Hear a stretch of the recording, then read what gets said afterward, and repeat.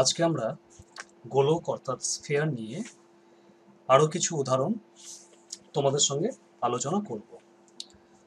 তবে এই ভিডিওটি দেখার আগে তোমরা অবশ্যই আমার গোলকের ওপর যে প্রথম ভিডিওটি আছে সেটি ভালো করে দেখবে। সেই ভিডিওটিতে আমি গোলকের সংজ্ঞা এবং গোলকের চিত্রকে ডিটেলসে ব্যাখ্যা করেছি। গোলকের বিভিন্ন ধরন অর্থাৎ অর্ধগোলক, তার সূত্র, নিরেট গোলক, তার সূত্র, নিরেট অর্ধগোলক, তার সূত্র নিয়ে আমরা সেখানে ডিটেলসে আলোচনা করেছিলাম। এছাড়া বিভিন্ন রকম উদাহরণ অর্থাৎ গোলকের ক্ষেত্রে, নিরেট গোলকের ক্ষেত্রে কি কি ব্যবহারিক জীবনে আমরা উদাহরণ দেখে থাকি সেগুলো নিয়ে আমরা ডিটেলসে আলোচনা করেছিলাম এবং কিছু উদাহরণ তোমাদের সামনে আমি ভিডিওটিতে তুলে ধরেছিলাম। আজকের এই ভিডিওতে আমি তোমাদের সামনে আরও কিছু গুরুত্বপূর্ণ উদাহরণ তুলে ধরবো। প্রত্যেকটি উদাহরণ খুব যত্ন সহকারে তোমরা প্র্যাকটিস করবে, কারণ এই উদাহরণগুলো মূলত বিগত বছরের মাধ্যমিক থেকে সংগ্রহ করা হয়েছে। এছাড়াও তোমরা অবশ্যই টেক্সট বুক ভালো করে প্র্যাকটিস করবে এবং টেক্সট বুক প্র্যাকটিস করতে গিয়ে কোথাও সমস্যা হলে আমাকে অবশ্যই কমেন্ট বক্সে লিখে জানাবে। তাছাড়াও আমার ভিডিওতে কোনো অঙ্কে যদি তোমাদের কোনো রকম সমস্যা থাকে সেটিও আমাকে কমেন্ট বক্সে লিখে জানাতে পারো, আমি তোমাদেরকে সাহায্য করব। আজকের প্রথম উদাহরণ বা 7 নম্বর উদাহরণ নিয়ে আলোচনা শুরু করছি, কারণ আগের ভিডিওতে আমরা 6 নম্বর উদাহরণ পর্যন্ত আলোচনা করেছিলাম। তো আজকে আমরা যে উদাহরণটা নিয়ে আলোচনা করব সেটা মাধ্যমিক 2012 সালে এসেছে পরীক্ষায়। বলেছে একটি গোলকের বক্রতলের ক্ষেত্রফল, একটি গোলকের বক্রতলের ক্ষেত্রফল 5544 বর্গ সেন্টিমিটার। গোলকটির ব্যাস এবং আয়তন নির্ণয় করো। একটি গোলকের বক্রতলের ক্ষেত্রফল 5544 বর্গ সেন্টিমিটার, গোলকটির ব্যাস এবং আয়তন নির্ণয় করো। তাহলে আমরা ধরি গোলকটির ব্যাসার্ধ হলো আর, আমাদেরকে বের করতে হবে ব্যাস, কিন্তু আমরা ব্যাসার্ধ ধরে নিলাম আর।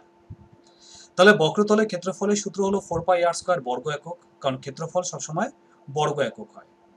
তাহলে প্রশ্নানুসারে আমরা বলতেই পারি যে 4πr² = 5544। সুতরাং 4 ইন্টু পাই হলো 22/7 ইন্টু r² = 5544, বা r² = 5544 ইন্টু 7, অর্থাৎ আমরা এখানে ক্রস মাল্টিপ্লাই করলাম, নিচেরটা উপরে চলে আসলো এবং উপরেরটা আমাদের নিচে চলে আসলো। তাহলে 5544 ইন্টু 7 ডিভাইডেড বাই 4 ইন্টু 22। তাহলে আমরা এটাকে কাটাকাটি করলাম, কাটাকাটি করে আমাদের কত আসলো রেজাল্ট 63 এবং এখানে 7। তাহলে 63 মানে কত হয়? 63 মানে হয় 3 3 9, 7 9 63। তাহলে 63 পরিবর্তে আমি এখানে 63 জায়গায় 63 বা 63 জায়গায় 7 ইন্টু 3 ইন্টু 3 লিখলাম, আর আমাদের এখানে আরেকটি 7 আছে, সেই 7টিকে আমি এখানে সরাসরি লিখে দিলাম। তাহলে r² = কত দাঁড়ালো? r² দাঁড়ালো দুটো 7 থেকে একটা 7, দুটো 3 থেকে একটা 3, তার হোল স্কোয়ার। তাহলে r² = 21² হলে r কত হয়? 21 হয়। তাহলে r অর্থাৎ গোলকটির ব্যাসার্ধ কত হলো? গোলকটির ব্যাসার্ধ হলো 21। সুতরাং গোলকটির ব্যাস কত হবে? আমরা জানি গোলকের ব্যাস সমান সমান 2 ইন্টু ব্যাসার্ধ।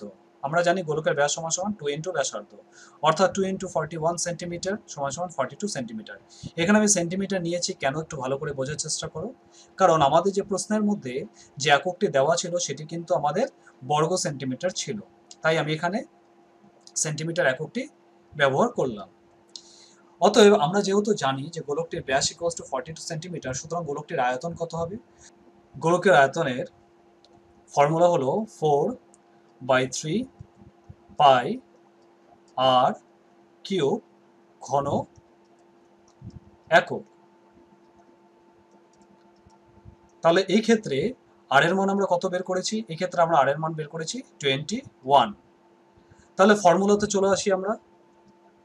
ফর্মুলাতে তাহলে ফর্মুলা অনুসারে কত হলো? 4/3 হলো পাই হলো, আর আর এর ভ্যালু কত আসলো আমাদের? আর এর ভ্যালু হলো 21, তার হোল কিউব ঘন সেন্টিমিটার, কারণ এক্ষেত্রে একক ছিল সেন্টিমিটার।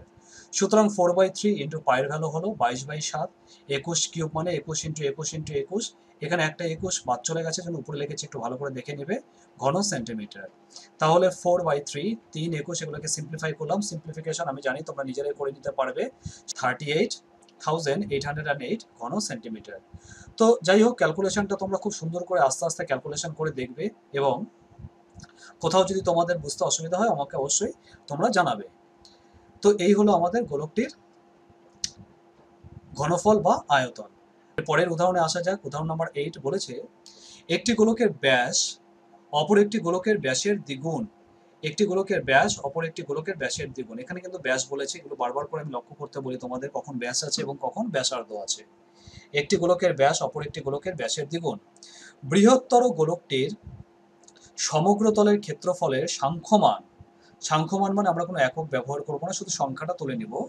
ক্ষুদ্রতর গোলকটির আয়তনের সাংখ্যমানের সমান, ক্ষুদ্রতর গোলকটির আয়তনের সাংখ্যমানের সমান হলে ক্ষুদ্রতর গোলকটির ব্যাসার্ধ কত? অর্থাৎ প্রশ্নে দেওয়া ছিল ব্যাস, কিন্তু বের করতে হবে আমাদের ব্যাসার্ধ। তাহলে এখানে আসা যাক। ধরি ক্ষুদ্র গোলকটির ব্যাসার্ধ হচ্ছে আর, অর্থাৎ আমি এখানে ক্ষুদ্র গোলকটির ব্যাসার্ধকে আর ধরে নিলাম, আর বড় গোলকটির ব্যাসার্ধকে ধরে নিলাম বড় হাতের আর। এবার একটা জিনিস ভালো করে দেখো, আমাদের প্রশ্নের মধ্যে বড় গোলকের যে ব্যাস আছে সেটা সমান 2 ইন্টু ক্ষুদ্র গোলকের ব্যাস, ঠিক? বড় গোলকের ব্যাস সমান সমান 2 ইন্টু ক্ষুদ্র গোলকের ব্যাস। তাহলে এই ক্ষেত্রে বড় গোলকের ব্যাস ক্যাপিটাল আর হলে ক্ষুদ্র গোলকের ব্যাস ছোট হাতের আর হলে তাহলে capital R equals to 2r, capital R equals to 2r। এটা হবে বড় গোলকের ব্যাসার্ধ বড় হাতের আর, ছোট গোলকের ব্যাসার্ধ ছোট হাতের আর। তাহলে বড় গোলকের ব্যাস হবে 2r, ছোট গোলকের ব্যাসার্ধ হবে 2r, that is equals two into এখানে একটা 2 আসবে, কারণ বড় গোলকের ব্যাস অর্থাৎ 2 ক্যাপিটাল আর সমান সমান ছোট গোলকের ব্যাস 2 স্মল আর, তার দ্বিগুণ ইনটু 2। বোঝা গেল? তাহলে সেটা আমরা ব্যবহার করব এখানে। আবার ক্ষুদ্র গোলকটির আয়তন 4/3 পাই স্মল আর কিউব এবং বড় গোলকটির ক্ষেত্রফল 4 পাই আর স্কোয়ার, ঠিক? কারণ বলেছে যে বৃহত্তর গোলকটির ক্ষেত্রফলের সাংখ্যমান অর্থাৎ 4 পাই আর স্কোয়ার এবং ক্ষুদ্রতর গোলকটির আয়তনের সাংখ্যমান অর্থাৎ 4/3 পাই আর কিউব, তাদের সংখ্যা সমান হলে, সংখ্যা একক নয়, অর্থাৎ এটা ঘন একক এটা বর্গ একক, শুধুমাত্র সংখ্যাটা সমান হলে তাহলে আমরা এখানে বলতে পারি যে 4 pi r square equals to 4/3 pi r cube, ঠিক? আমরা এটা বলতে পারি যে 4 pi r square equals to 4/3 pi r cube. তাহলে এক্ষেত্রে পাই পাই কেটে গেল, 4 কেটে গেল। এখানে আমরা দেখেছি যে আর এর ভ্যালু হয় 2r, তাহলে আর এর জায়গায় আমি 2r বসালাম। তাহলে 2r এর হোল স্কোয়ার মানে হলো 4r স্কোয়ার সমান সমান 4/3 পাই আর কিউবের পাই পাই কেটে গেছে, 4 কেটে গেছে, তাহলে আমার ডান দিকে রয়েছে একটা আর কিউব আর নিচে রয়েছে একটা 3। ওকে, তাহলে এখানে বাঁদিকে রয়েছে আর স্কোয়ার আর ডান দিকে রয়েছে একটা আর এর কিউব, আর স্কোয়ার আর আর কিউব কেটে গিয়ে শুধুমাত্র আমাদের কাছে একটা আর থাকবে, আর বাঁদিকে রয়ে যাবে আমাদের একটা 4, এই 4টা এখানে চলে আসলো 4, আর ডান দিকে আছে কি r/3। তাহলে আমরা এখানে ক্রস মাল্টিপ্লাই করব, তাহলে r/3 যদি 4 হয় তাহলে আর এর ভ্যালু কত হবে? 14। সুতরাং ক্ষুদ্রতর গোলকটির ব্যাসার্ধ হবে 14 একক, যেটা আমাদের প্রশ্নের মধ্যে বলেছে ক্ষুদ্রতর গোলকটির ব্যাসার্ধ কত। সুতরাং ক্ষুদ্রতর গোলকটির ব্যাসার্ধ হবে 14। বোঝা গেল? এটা মাধ্যমিক 2001 সালে পরীক্ষায় এসেছিল। এর পরের উদাহরণটিতে আমরা আসি, উদাহরণ নাম্বার 9। এটি খুব ইন্টারেস্টিং একটি অঙ্ক এবং তোমাদের পরীক্ষার জন্য এটি খুব গুরুত্বপূর্ণ, তাই এটি একটু ভালো করে প্র্যাকটিস করবে। বলেছে 1 সেমি পুরু তামার পাত দিয়ে তৈরি অর্ধগোলাকাকৃতি, এটা অর্ধগোলাকাকৃতি মানে একটা বাটি বা বাড়িতে ব্যবহৃত তোমরা বলতে পারো একটা গামলা। সো 1 সেমি পুরু পাত দিয়ে তৈরি, 1 সেমি পুরু পাত মানে বুঝতে পারছো এই জায়গাটা চওড়াটা হচ্ছে 1 সেন্টিমিটার, এটা হচ্ছে 1 সেন্টিমিটার চওড়া এই জায়গাটা। 1 সেমি পুরু পাত দিয়ে তৈরি অর্ধ গোলাকাকৃতি একটি বাটির মুখের বাইরের দিকের ব্যাস হচ্ছে 10 সেন্টিমিটার, বাইরের দিকের ব্যাস মানে বড় হাতের আর, বড় হাতের 2r ব্যাস বলেছে যেহেতু তাহলে 2r হবে নিশ্চয়ই। তাহলে বড় হাতের ব্যাস ইকুয়ালস টু 2r, সেটা হলো 10 সেন্টিমিটার। ওকে, তাহলে প্রতি বর্গ সেন্টিমিটার 1.5 টাকা হিসাবে বাটিটি সমগ্র তল পালিশ করতে কত খরচ পড়বে? এবার যেহেতু এখানে সমগ্র তল বলেছে, বুঝতে হবে সমগ্র তল মানে এই পাশটা হবে এবং এই সাইডটা হবে যেটা আমি ডার্ক করে রেখেছি, এবং অবশ্যই ভিতরের দিকটাও কিন্তু হবে। হ্যাঁ, এটা বুঝতে হবে, ভিতরের সাইডটাও হবে, বাইরের সাইডটাও হবে, আমাদের বাইরের সাইডটা হবে এবং পাতটার এই অংশগুলো হবে। ঠিক আছে, তাহলে আসা যাক, ভালো করে একটু দেখো। বলেছে বাটিটির বাইরের দিকের ব্যাস হলো 10 সেন্টিমিটার, তাহলে ব্যাসার্ধ কত? 5 সেন্টিমিটার হবে। ওকে, তাহলে ব্যাসার্ধ 5 সেন্টিমিটার হলো।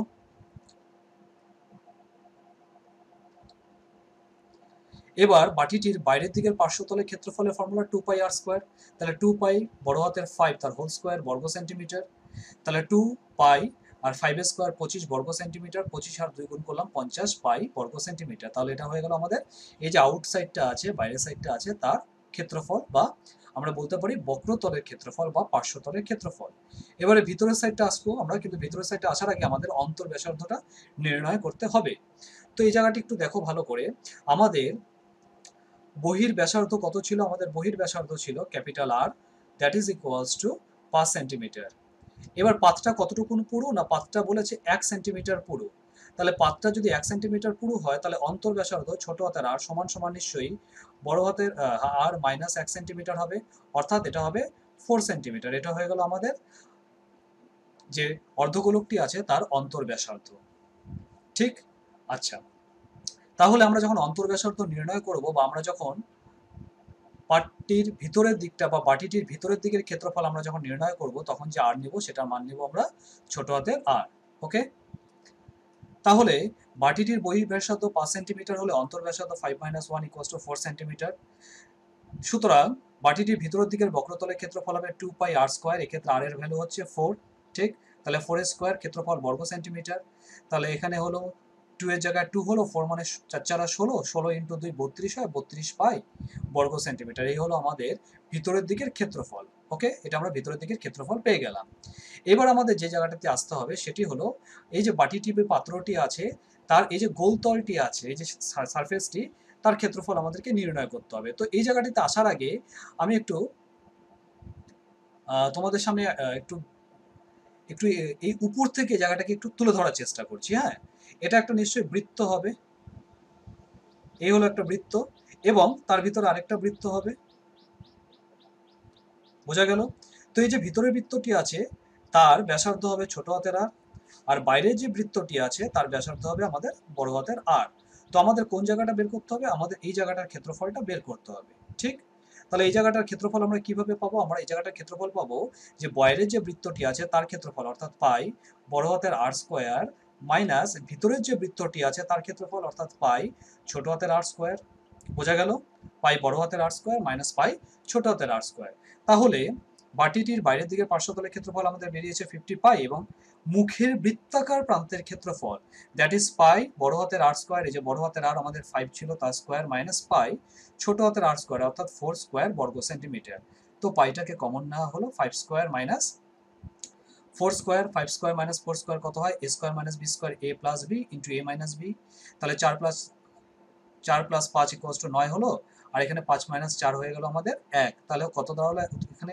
ক্যালকুলেশন করে হলো আমাদের এখানে 9 পাই বর্গ সেন্টিমিটার। তাহলে আমরা এই যে সারফেসটি আছে, বক্রতলটি আছে, বা এই যে বক্রতলটি আছে, আমরা তার ক্ষেত্রফলটি জানলাম। ওকে, আমরা এই যে রাউন্ড সারফেসটি আছে তার ক্ষেত্রফল জানি 50 পাই সেন্টিমিটার স্কোয়ার, এবং আমরা যে ভিতরের সারফেসটি আছে তার ক্ষেত্রফল কত বের করেছি? 32 পাই সেন্টিমিটার স্কোয়ার বা বর্গ সেন্টিমিটার, একই কথা। তাহলে আমাদের সমগ্র তলটির ক্ষেত্রফল কত দাঁড়ালো? ভিতরের প্রান্তটির ক্ষেত্রফল প্লাস আমাদের যে বক্রতলটি আছে তার ক্ষেত্রফল প্লাস আমাদের যে সার্কুলার ক্ষেত্রটি আছে তার ক্ষেত্রফল। তাহলে তিনটা ক্ষেত্রফলকে আমরা যোগ করলে সমগ্র তলের ক্ষেত্রফল পাবো। তাহলে বাটিটি সমগ্র তলের ক্ষেত্রফল হলো 50 পাই প্লাস 9 পাই প্লাস 32 পাই বর্গ সেন্টিমিটার। সবগুলোকে যোগ করে কত হলো? না 91 পাই বর্গ সেন্টিমিটার। এবার প্রশ্নে একটু ফেরত আসি আমরা। প্রশ্নে কি বলেছে? প্রশ্ন বলেছে যে প্রতি বর্গমিটার 1.5 টাকা হিসাবে খরচ পড়ছে। প্রতি বর্গমিটার আমাদের খরচ পড়ে 1.5 টাকা হিসাবে। 1 বর্গমিটারে 1.5 টাকা খরচা পড়ে। তাহলে সমগ্র তল পালিশ করতে কত টাকা খরচ পড়বে? তাহলে 1 বর্গমিটার যদি 1.5 টাকা খরচ পড়ে, তাহলে আমাদের টোটাল 91 পাই বর্গ সেন্টিমিটার আছে। তাহলে 91 পাই বর্গ সেন্টিমিটারে কত টাকা খরচা পড়বে? খুব সহজ হিসাব একদম। আমাদের মোট বক্রতল কত আছে? 91 পাই এসেছে। তাহলে 91 পাই এর সঙ্গে আমাদের ক্যালকুলেশন করতে হবে 1.5।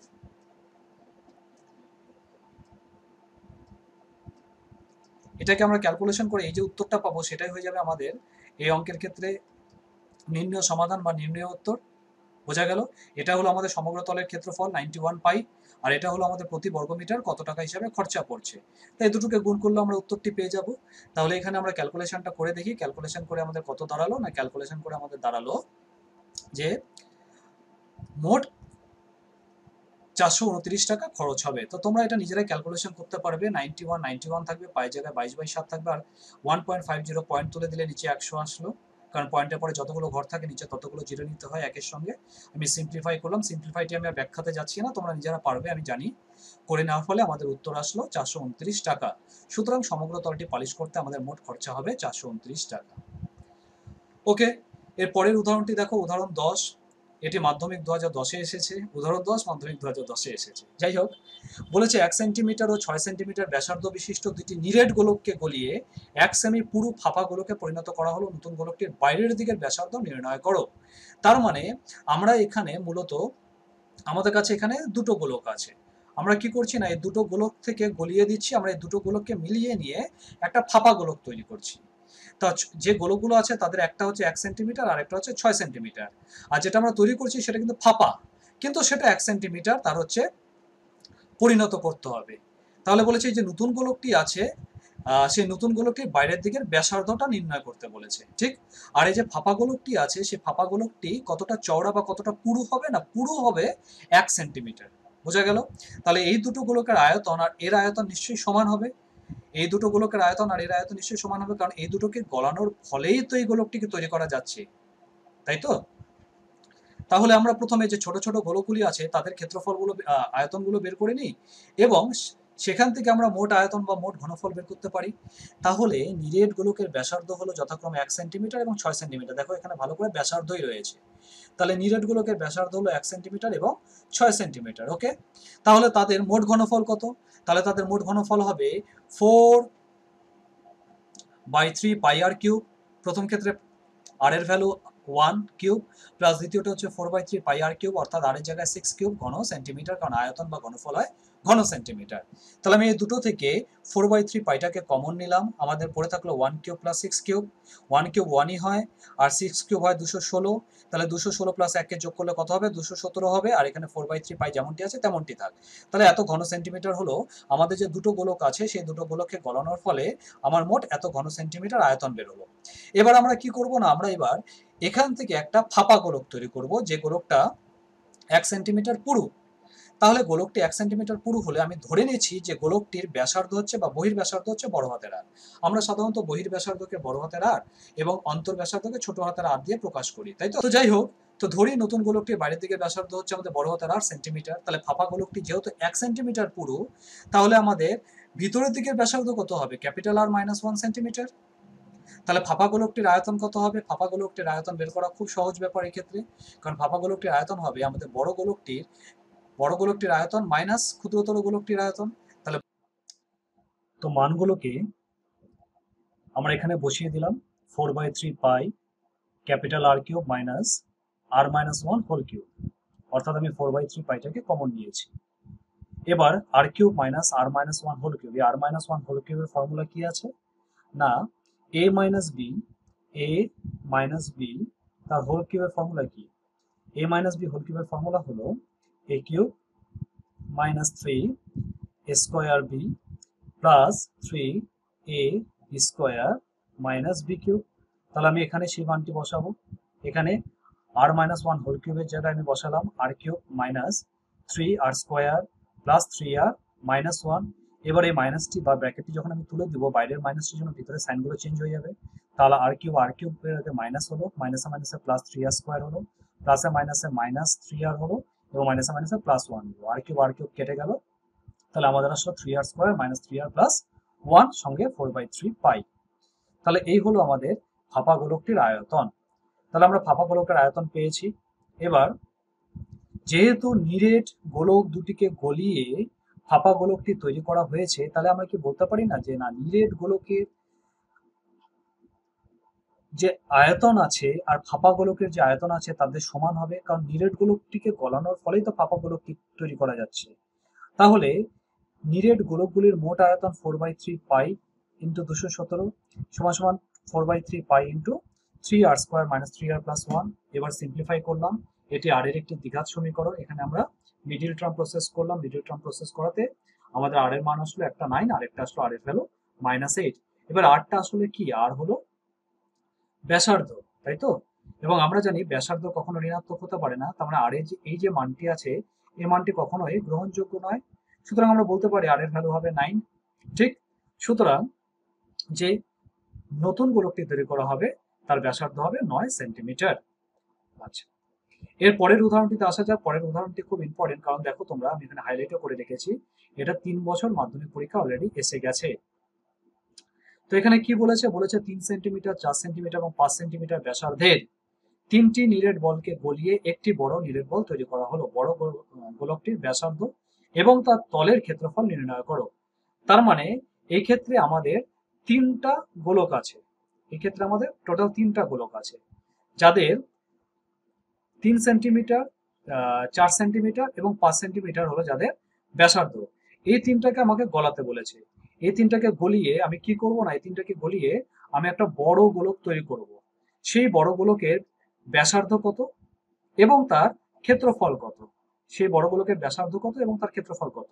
তাহলে অবশ্যই এই যে নিরেট গোলকগুলি আছে, এই নিরেট গোলকগুলির যে আয়তন, সে আয়তন আর এই যে বড় গোলকটিকে গলানোর ফলে পাওয়া যাবে তার আয়তন সেম হবে, একই হবে, অনুরূপ হবে। তাহলে আমরা প্রথমে এদের আয়তন বের করি, সেটাকে যোগ করে দিই, আর এর আয়তনটাকে আমরা আর ধরে বের করি, তাহলে সেগুলো প্রশ্নানুসারে সমান বলতে পারি। 3 সেন্টিমিটার ব্যাসার্ধের নিরেট গোলকের আয়তন হলো 4/3 পাই ইন্টু 3 কিউব ঘন সেমি। 4 সেন্টিমিটারের ক্ষেত্রে 4/3 পাই 4 কিউব ঘন সেমি এবং 5 সেন্টিমিটারের ক্ষেত্রে 4/3 পাই 5 কিউব ঘন সেমি। তাহলে মোট আয়তন 3টাকে যোগ করলাম, 4/3 পাই আমি কমন নিয়েছি, 3 কিউব 4 কিউব আর 5 কিউব থাকলো, 3 কিউব 27 হয়, 4 কিউব হয় 64 আর 5 কিউব হয় 125।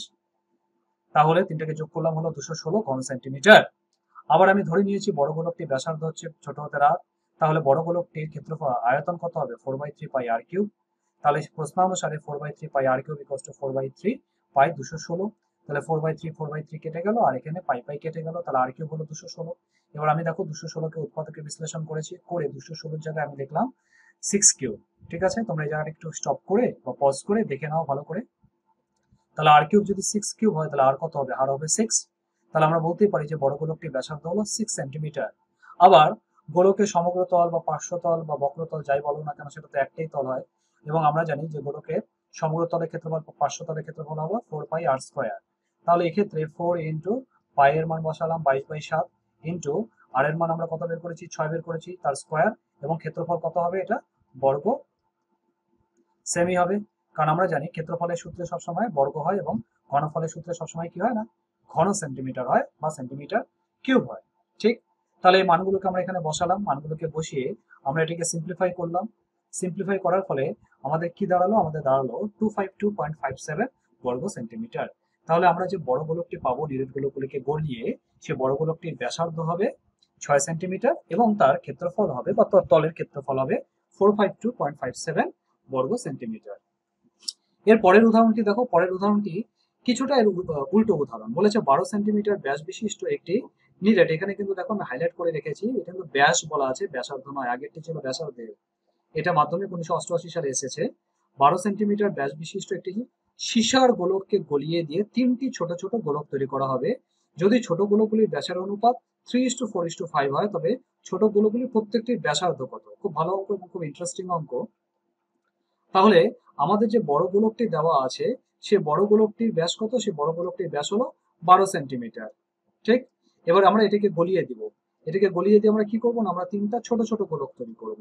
এই ছোট ছোট গোলকগুলির অনুপাত বলা আছে, ব্যাসের হচ্ছে 3, 4 আর 5। আমরা ধরে নিই যে এদের ব্যাস হলো 3x, 4x, 5x, আর এর ব্যাসার্ধ কত, 12/2। তাহলে ছোট গোলকগুলির ক্ষেত্রে ব্যাসার্ধ কত হবে, 3x/2 হবে, 4x/2 হবে, 5x/2 হবে।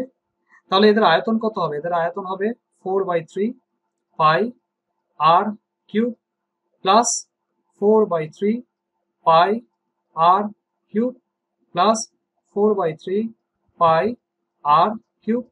আর এই বড়টার আয়তন কত হবে, বড়টার আয়তন হবে 4/3 পাই 12/2 বা 6 হোল কিউব।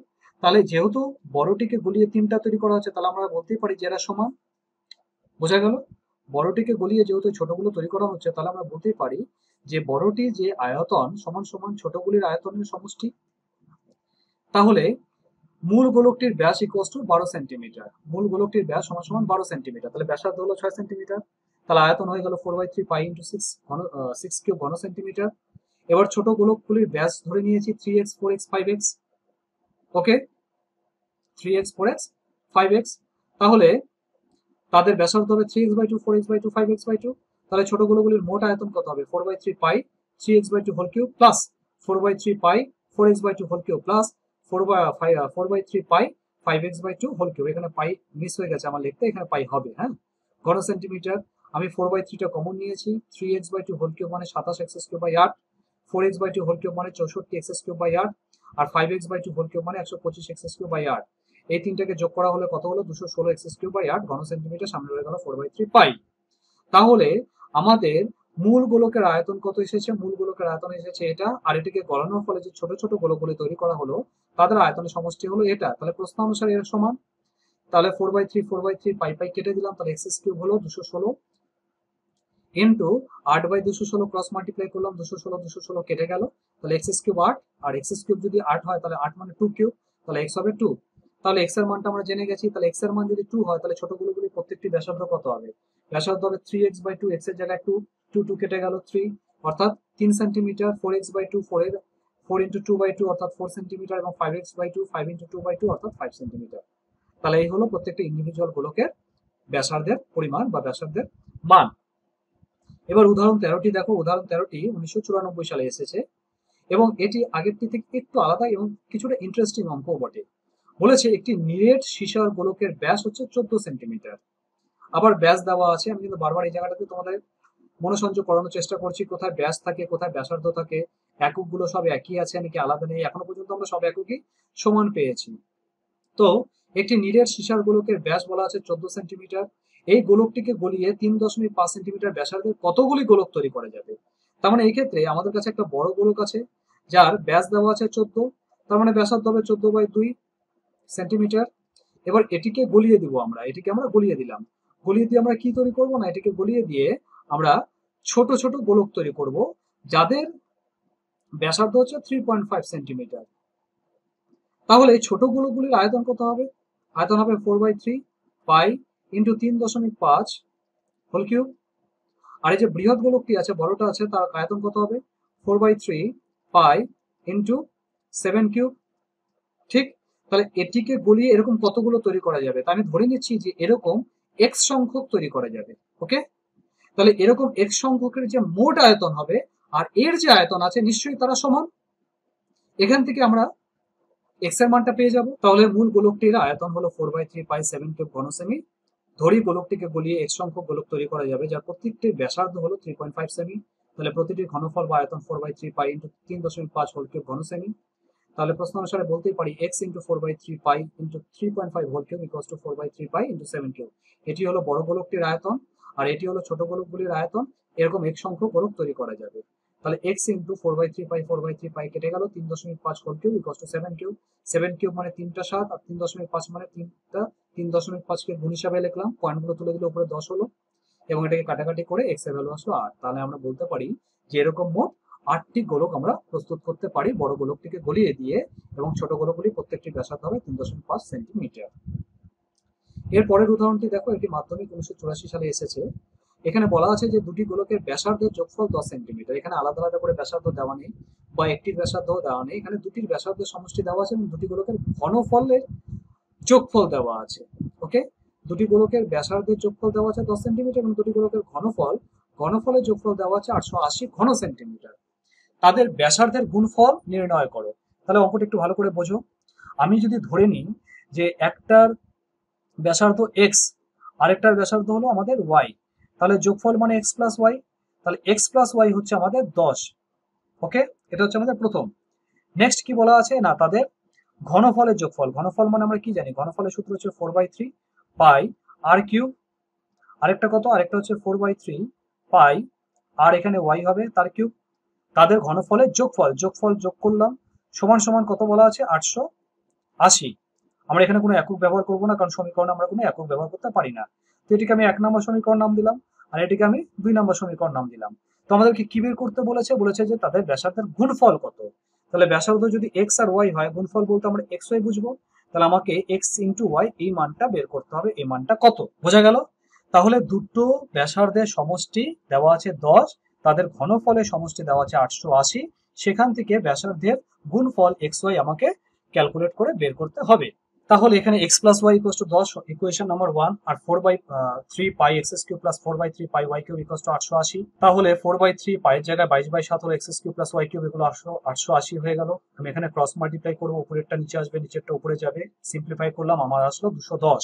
একটা সমীকরণ আমি পেলাম যে x plus Y equals to 10, আরেকটা সমীকরণ আমি পেলাম X cube plus Y cube equals to 210। আমাদের করতে হবে কি না, আমাকে এই দুটো সমীকরণ থেকে এক্স এর মানটা ক্যালকুলেট করে বের করতে হবে, এটা হচ্ছে আমাদের কাজ। তো এই ক্ষেত্রে আমি এই সমীকরণটিকে হোল কিউব করে দিব। তাহলে হোল কিউব করলে কত হবে, X plus Y whole cube equals to 10 cube, 10 cube কত হবে 1000। তাহলে এক্স প্লাস ওয়াই হোল কিউবের ফর্মুলা আমি এখানে বসাতে পারি, X cube plus Y cube plus 3xy bracket আবার এক্স প্লাস ওয়াই সমান সমান 10 কিউব হয়ে গেল আমাদের 1000, আবার এক্স প্লাস ওয়াই এর মান হলো আমাদের 210 plus 3xy into X plus Y এর মান আমরা কত বের করেছি, শুধু 10 বের করেছি, সমান সমান 1000। তাহলে আমি এখানে একটু পরিষ্কার জায়গায় করি, তাহলে আমাদের কত আসলো 3xy, তার সঙ্গে 10 গুণ আছে, সমান সমান ডান দিকে 1000 আছে, মাইনাস 210কে আমি পক্ষান্তর করলে ডান দিকে চলে গেল 210, বিয়োগ করলাম হলো 790। তাহলে এক্স ওয়াই কত হবে, আমাদের এক্স ওয়াই হবে, ডান দিকে আছে 790, বাঁ দিকের যে 3 আর 10 আছে তাকে ক্রস মাল্টিপ্লাই করলে নিচে চলে আসবে। এই জায়গাটাকে সিম্পলিফাই করলাম, সিম্পলিফাই করলে হলো 26 পূর্ণ 1/3, 26 পূর্ণ 1/3। তো তোমরা এইভাবে বীজগণিতের সূত্রের সাহায্য নিয়ে এখানে এক্স আর ওয়াই অর্থাৎ ব্যাসার্ধের গুণ বের করতে পারো, অথবা আমি এখানে বীজগণিতে অপর একটি সূত্রের সাহায্য নিয়ে করে দেখিয়েছি, তোমরা এটাও করতে পারো, তোমাদের যেটা পছন্দ সেটাই করতে পারো, কোনো অসুবিধা নেই। এক্ষেত্রে আমি a cube plus b cube a plus b whole cube minus 3ab into a plus b এই সূত্রটা প্রয়োগ করেছি, কিন্তু উত্তর একই আসবে যেভাবে করো না কেন। তাহলে আমাদের ব্যাসার্ধের গুণফল বাড়ালো 26 পূর্ণ 1/3 বর্গ সেন্টিমিটার। কারণ কেন বর্গ সেন্টিমিটার, এই জায়গাটা একটু বুঝে নাও ভালো করে, কারণ এখানে একটা এক্স আর একটা এক্স এর সঙ্গে গুণ হিসাবে আছে, তাহলে এর একক হচ্ছে সেন্টিমিটার, আবার এরও একক হচ্ছে সেন্টিমিটার, তাহলে দুটো সেন্টিমিটারকে গুণ করলে কত হয়, সেন্টিমিটার স্কোয়ার। তার জন্য এই ক্ষেত্রে আমরা যখন এককটা লিখবো তখন হচ্ছে বর্গ সেন্টিমিটার কিন্তু লিখবো। এই জায়গাটি একটু ভালো করে দেখে নিবে, আবার কোনো ভাববে যে এটা তো ক্ষেত্রফল নয়, তাও কেন বর্গ সেন্টিমিটার হলো। যাই হোক, আজকে শেষ আমরা উদাহরণে চলে এসেছি। শেষ উদাহরণ হলো আমাদের 15 নম্বর উদাহরণ, এবং এটা খুব ইন্টারেস্টিং একটা অঙ্ক। 15 নম্বর উদাহরণটা, 15 নম্বর উদাহরণে কি বলা হয়েছে না, 15 নম্বর উদাহরণে বলা হয়েছে যে 905 পূর্ণ 1/7 ঘন সেন্টিমিটার আয়তনের একটি নির্দিষ্ট কাঠের বল থেকে বৃহত্তম ঘনক কেটে বের করে নিলে ওই ঘনকের আয়তন নির্ণয় করো। তার মানে আমাদের কাছে একটা কাঠের বল দেওয়া আছে 905 পূর্ণ 1/7 ঘন সেন্টিমিটার আয়তনের একটি নির্দিষ্ট কাঠের বল থেকে বৃহত্তম ঘনক বের করে নিব। আচ্ছা, কাঠের বল যেহেতু বলেছে, কাঠের বল মানে আমরা কি বুঝবো, কাঠের বল মানে আমরা অবশ্যই বুঝবো যেটা নিশ্চয়ই একটা গোলকই হবে, তাহলে সেই গোলক থেকে আমাকে একটা বৃহত্তম ঘনক বের করে নিতে হবে। তো আমি এটাকে একটু তোমাদেরকে ছবির মাধ্যমে বোঝানোর চেষ্টা করছি, একটু দেখো। এই হলো আমার গোলক মোটামুটি, আর এই হলো গোলকের ব্যাস। তাহলে আমরা যখন এর ভেতর থেকে একটা ঘনক কেটে বের করব, ভালো করে বুঝবে, আমাদের কিন্তু সেই ঘনকের যে ডায়াগোনালটা হবে, সেই ঘনকের যে ডায়াগোনালটা হবে, সেই ডায়াগোনালটাই কিন্তু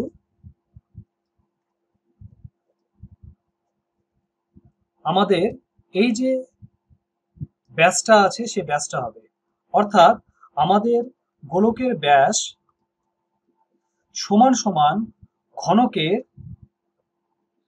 কর্ণ, সেটা সমান হতে হবে, কারণ এরা সমান হলেই সব থেকে বড় মাপের আমি কর্ণটা পাবো। গোলকের ব্যাস সমান সমান কর্ণ হবে। এবার গোলকের ব্যাস হবে আমাদের 2r, আর আমরা কর্ণের সূত্র জানি √3 ইন্টু বাহু, তার মানে এরা সমান হবে, বোঝা গেল, তার মানে এরা সমান হবে। তাহলে আয়তন এখানে দেওয়া কত আছে, আমাদের আমাদের গোলকের আয়তন দেওয়া আছে 905 পূর্ণ 1/7 ঘন সেন্টিমিটার। তাহলে ধরি ঘনকটির একটি বাহুর দৈর্ঘ্য হচ্ছে a, ধরে নিলাম, কর্ণের দৈর্ঘ্য √3 ইন্টু a। তাহলে মনে করি গোলকটির ব্যাসের দৈর্ঘ্য 2r, ব্যাস বলেছে, তাহলে প্রশ্ন অনুসারে 2r ইকুয়ালস টু √3a, তাহলে r এর ভ্যালু কত হলো, √3 ইন্টু a/2 হলো। তাহলে গোলকটির আয়তন কত, গোলকটির আয়তন হচ্ছে 4/3 পাই r কিউব। এবার r এর জায়গায় আমি এই মানটি বসাবো, √3/2a হোল কিউব। তাহলে গোলকটির আয়তন কত হলো 4/3 পাই আর কিউব। আর এর জায়গায় আমি আরের মানটি বসালাম এবং সেটা নিশ্চয়ই এই মানটি হবে, কারণ এটি হচ্ছে আমাদের গোলকটির আয়তন 905.1/7। তাহলে 4/3 pi into √3a/2 whole cube equal to 905.1/7।